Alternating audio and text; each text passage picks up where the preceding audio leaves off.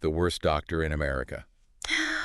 Whoa. Yeah. That's how author and journalist Mark Dempsey titled his YouTube expose about his experience with a Dr. Janet Skarda at Lakeland Regional Hospital. Wow. Strong words, Yeah. right? Hmm. So what's the story here? Clickbait, hyperbole, Right. or something more troubling? You and I are diving deep today, Okay. examining Mark's claims, Mm-hmm. taking a hard look at what went down at Lakeland Regional, Yeah. and helping you decide what to make of all this. It's fascinating that we're getting this story through such a personal, Yeah. raw channel, Right. YouTube video. Yeah. It adds a layer of immediacy you don't get from a traditional news report. Right. It feels almost like we're eavesdropping on his frustration. Yeah. And he's clearly in a lot of pain. Yeah. Literally, Mark describes this condition that leaves him immobilized at times, Wow. really impacting his daily life. Yeah. He's desperate for relief and turns to Dr. Skarda, a surgeon at Lakeland Regional, Okay. for a procedure. Seems straightforward so far, Right. but then things take a turn during their first meeting. And this is where the alarm bells start to go off, at least from Mark's perspective. Yeah. He asks Dr. Skarda a very basic question. Do I need surgery? You expect a yes or no, a clear explanation. Right. Instead, he gets what he perceives as evasiveness. Mm-hmm. She talks about a potential emergency surgery down the line, Yeah. not really answering his question at all. So already a sense of unease creeps in, Right. but it gets weirder. Oh, no. He asks about the pre-op prep, Mm-hmm. and Dr. Skarda makes this bizarre, offhand comment about staff potentially carving their initials into him. What? I mean, what? That's a strange, unsettling remark, Yeah. especially in that context. Right. You'd hope it's a clumsy attempt at humor, Yeah. but it speaks to a lack of sensitivity, Right. something that becomes a recurring theme in Mark's account. Totally. And that lack of sensitivity comes through loud and clear when Mark brings up his concerns about scarring. Mm-hmm. Dr. Skarda basically tells him to get over it. Really? If he focuses on the scar, that's all he'll see. Jeez. Not exactly the empathetic response you'd hope for from a surgeon, right? It raises the question of whether Dr. Skarda was truly listening to her patients' concerns or dismissing them. Right. Effective communication is so vital in healthcare, especially when dealing with a patient's anxieties about a procedure. Couldn't agree more. Yeah. And then there's this other head-scratcher. Dr. Skarda suggests that Mark transferred to a hospital in another city for the surgery. What? This is despite Lakeland Regional having 7 qualified surgeons on staff who could perform the procedure. Why send him elsewhere? It's perplexing. Right. It could be a matter of Dr. Skarda's personal preferences, Okay. or maybe there are scheduling issues we're not privy to. Sure. But from Mark's point of view, Yeah. it adds to the feeling that something isn't quite right. Right.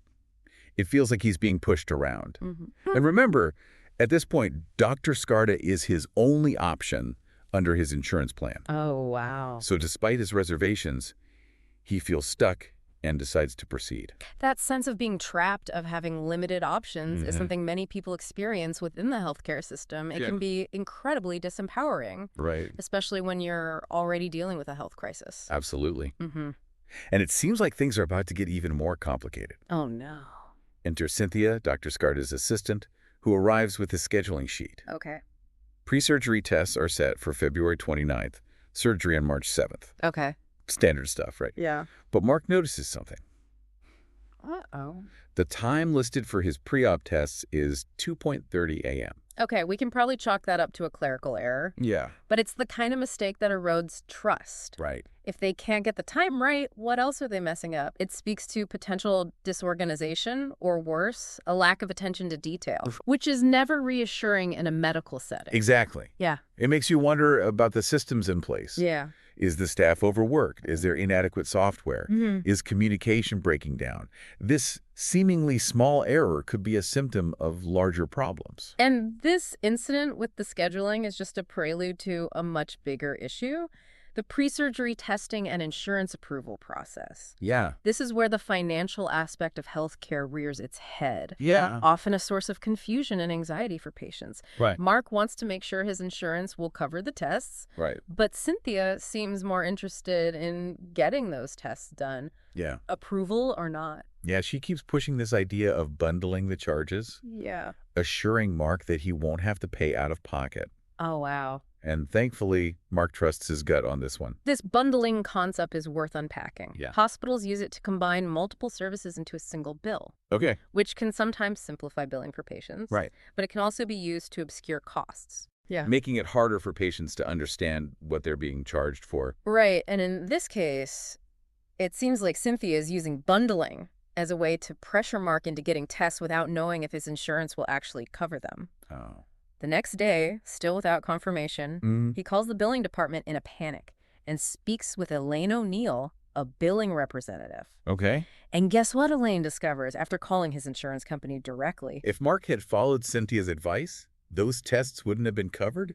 He would have been left with a hefty bill. This is where it goes from a series of odd events to something potentially more sinister. Yep. Was Cynthia intentionally misleading him? Yeah. Was it incompetence? Either way, it raises serious questions about the hospital's practices and priorities. Right. It almost feels like they were prioritizing their own revenue over Mark's financial well-being. And that's a deeply troubling thought. Yeah. It highlights the potential conflict of interest that can exist in healthcare. Where the pursuit of profit might clash with the patient's best interests. At this point, understandably, Mark is feeling more than a little disturbed. Yeah. He decides to put his concerns in writing, the whole thing with Cynthia, the insurance near miss, everything. Okay. He sends this letter directly to Dr. Skarda, hoping for some explanation, an apology, anything. He's seeking accountability. Yeah. Which is completely understandable given the circumstances. Yeah. He feels misled, and his trust has been broken. Exactly. Yeah. But instead of addressing the issues raised in the letter, Dr. Skarda takes a drastic step. Oh, no. She abandons Mark as a patient. What? And we're not just talking about refusing to treat him personally. Wow. She bars him from receiving care from any surgeon at Lakeland Regional. Seriously? Think about that for a second. Yeah. It's one thing to say, I'm not comfortable treating you anymore, Yeah. but to essentially blacklist him from an entire department, Yeah. that's a huge escalation, Wow. right? And remember, Mark's insurance covers surgery at Lakeland Regional. Oh, gosh. The Dr. Skarda's decision effectively prevents him from accessing the very treatment he desperately needs, Wow. despite having insurance coverage. It raises a whole host of legal and ethical questions. Yeah. Patient abandonment is a serious issue, Yeah. and there are specific legal criteria that determine whether a doctor's actions constitute abandonment. Right. It's a complex area of healthcare law that varies from state to state. It's mind-boggling, really. Was Dr. Skarda trying to protect her assistant? Yeah. Was she worried about potential legal repercussions for the hospital? Mm-hmm. Or was this simply a power play, a way of silencing a patient who dared to question her authority? These are the questions that Mark is left grappling with, and they're questions that we as listeners need to consider as well. What were Dr. Skarda's motivations? Right. And did her actions cross a legal or ethical line? It feels like the situation spiraled out of control. Yeah. And it gets worse. Mark tries to reach out to other hospital officials, including someone in risk management Okay. and even the head of the hospital, hoping for some intervention or explanation. Right. But he's met with silence. Wow. No response. No accountability. That silence is deafening, isn't it? It reinforces the feeling that the hospital is more concerned with protecting itself Right. than addressing a patient's legitimate concerns. Absolutely. Wow. And by this point, Mark is desperate. Yeah. He has a deadline of April 30th to get the surgery done, Okay. which is when his insurance coverage expires. Time is running out, and he's feeling completely powerless. This sense of urgency adds another layer of complexity to the story. It's not just about feeling wronged. Right. It's about his health and well-being hanging in the balance. Exactly. Yeah. Feeling like he has nowhere else to turn. He decides to share his story publicly through this YouTube video. Wow. He wants to document his experience, warn potential patients about what he sees as a culture of negligence and disregard at Lakeland Regional. Yeah. And maybe, just maybe, force the hospital to take some responsibility. It's a powerful example of how individuals can use their voices to challenge systems that seem insurmountable. Right. His video becomes a form of activism, a way to fight back against what he perceives as injustice. So, is Dr. Skarda the worst doctor in America, as Mark so boldly claims? Right? Well, that's for you to decide. Yeah. We've laid out the facts as Mark presents them, the strange encounters, the insurance near disaster, and the ultimate consequence of being abandoned as a patient. Right. But of course, there are always multiple sides to every story. We're hearing Mark's perspective, Right. and it's important to remember that he's understandably upset and angry. Sure. We haven't heard from Dr. Skarda, the hospital, Yeah. or anyone else involved. Exactly. But even with that caveat, Yeah. there are some undeniably troubling aspects to Mark's story that warrant further scrutiny. Yeah. The lack of communication, Yeah. the potential financial manipulation, Right. the abrupt and seemingly unjustified dismissal. Right. These are serious issues that deserve our attention. And they raise broader questions about the healthcare system as a whole. Right. Could Mark's experience be indicative of larger trends? Yeah. Are there systemic issues that make patients vulnerable to this kind of treatment? Right. These are questions we'll continue to explore as we delve deeper into this story. Mhm. Stay with us. We'll be right back after a quick word from our sponsors. Mark's story is really unsettling, isn't it? It makes you wonder how often things like this happen, Yeah. especially to patients who might not be as proactive or vocal as he is. It's a chilling thought. He was in pain seeking help. Yeah. And ended up feeling trapped and betrayed by the very system that's supposed to care for him. It highlights how vulnerable we all are when we're navigating the complexities of healthcare. Absolutely. And it's not just about individual vulnerability. Right. It's about systemic issues that create those vulnerabilities in the first place. Right. Think about that whole incident with Cynthia pushing the pre-op tests without confirming insurance coverage. Yeah. It really makes you question whether patient well-being is truly the top priority. It's like that classic conflict of interest. Right. Hospitals needing to be financially stable to provide quality care, Mm-hmm. but also having a moral obligation to put patient health above profit. Right. It's a tightrope walk, and it seems like the balance might have been skewed in this case. Right. And Mark's experience raises some crucial questions about transparency in healthcare billing, Right. bundling charges, while sometimes convenient can also obfuscate costs, Right. making it difficult for patients to understand what they're actually paying for. Right. It's essential to have clear upfront communication about costs, Yeah. especially when dealing with pre-authorization and insurance coverage. Transparency is key. Patients have a right to know how financial decisions are being made Mm-hmm. and how those decisions could impact their care. Right. Mark's story underscores the importance of being an informed patient, asking questions, Yeah. doing your research, Yeah. and advocating for yourself every step of the way. I couldn't agree more. Yeah. Don't be afraid to be your own health advocate. If Mhm. something doesn't feel right, Yeah. speak up, Yeah. push for clear answers. Mhm. And if you suspect something unethical or illegal is happening, Yeah. don't hesitate to reach out to patient advocacy groups or legal resources. Right. There are systems in place to protect patients' rights, Right. but you often have to be proactive about accessing those systems. It's like that saying, Yeah. the squeaky wheel gets the grease. Right.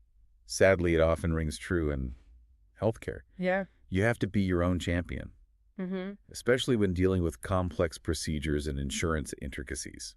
And Mark's story also highlights the potential consequences of speaking up. He dared to question Dr. Skarda. Right. He pushed back against Cynthia's pressure tactics, and ultimately he was punished for it. Right. It's a cautionary tale, Yeah. but also, I think, a call to action. What do you mean?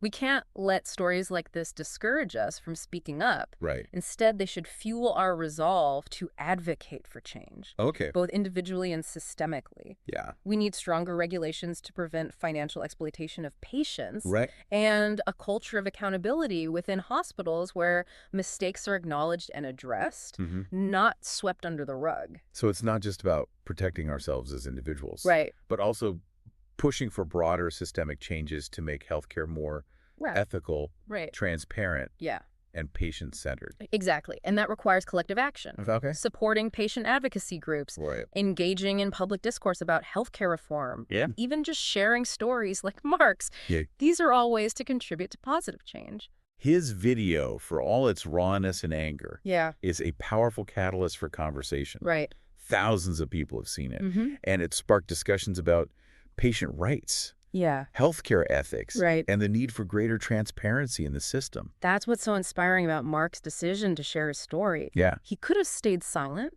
Right. but he chose to use his experience to potentially help others. Mm-hmm. He's turning a negative experience into a force for positive change. He's saying, look, this happened to me. Right. Let's make sure it doesn't happen to anyone else. And that's a powerful message. Yeah. It reminds us that we're not powerless. Right. We can demand better from our healthcare system, Right. both individually and collectively. So where do we go from here? Right. Mark is facing a deadline for his surgery. Yeah.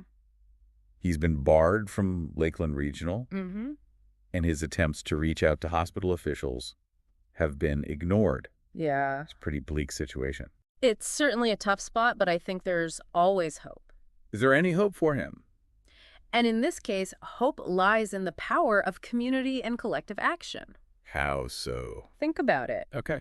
Mark's video has gone viral. Right. It sparked conversations and raised awareness. Yeah. Who knows what kind of ripple effect that might have? Right. Maybe it leads to an investigation by journalists or regulatory bodies. Mm.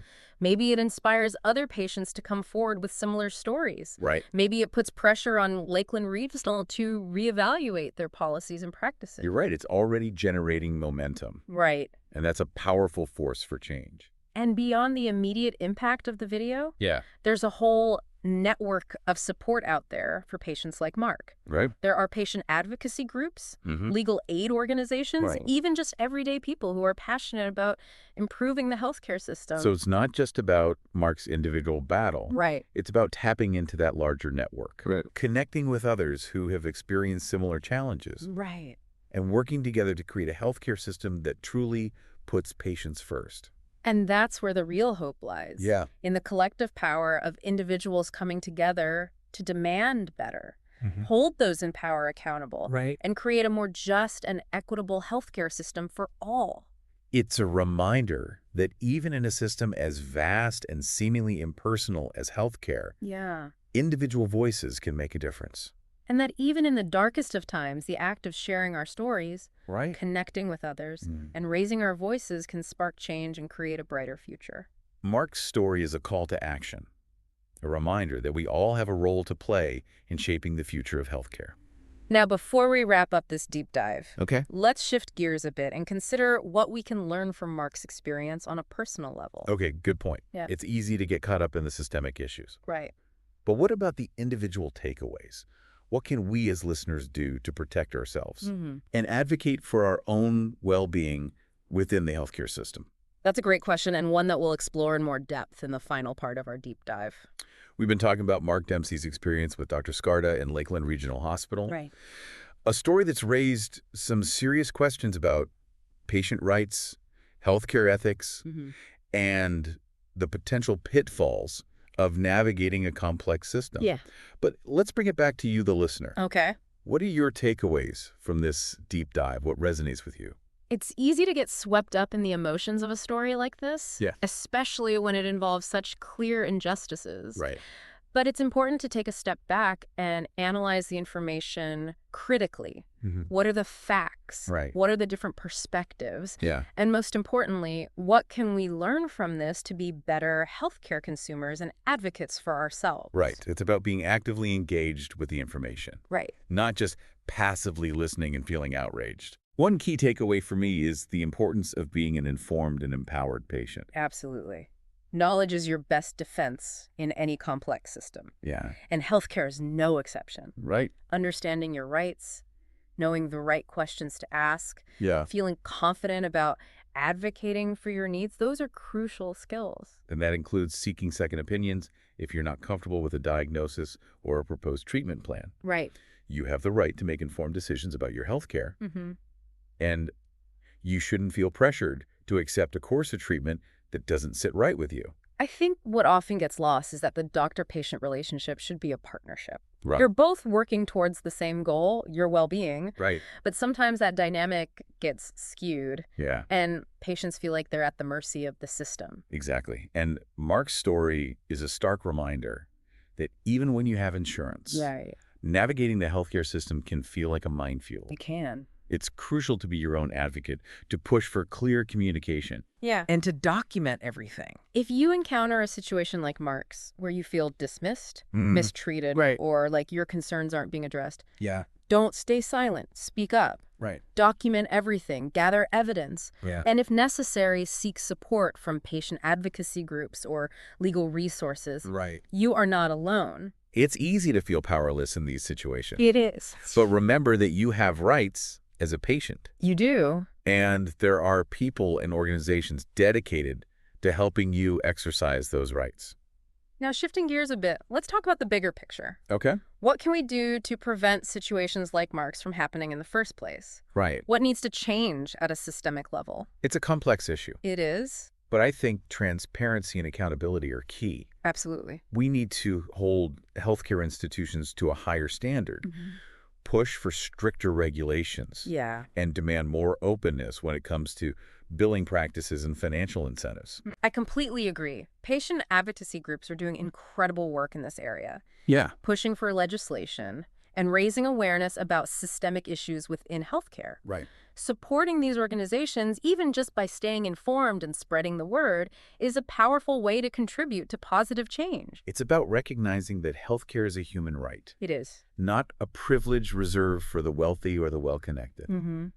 We need a system that prioritizes patient well-being above profit, Yes. a system that's built on trust, transparency, and respect. And that change won't happen overnight. Yeah. But stories like Mark's remind us why it's so important to keep pushing, Yeah. keep fighting for a better healthcare system for all. So as we wrap up this deep dive, we want to leave you with this final thought. Okay. Mark framed his experience as an individual story. Right. But could it be something more? Mm-hmm. Could it be a microcosm of larger trends in healthcare, Yeah. a reflection of systemic issues that impact all of us? We encourage you to reflect on that question and to consider what role you can play in shaping the future of healthcare. Because ultimately, a more just and equitable healthcare system benefits everyone. It does. It's about creating a system where patients feel empowered, where their voices are heard, Yeah. and where their well-being truly comes first. Right. And that's a future worth striving for. Well said. Thanks for joining me on this deep dive. It was my pleasure.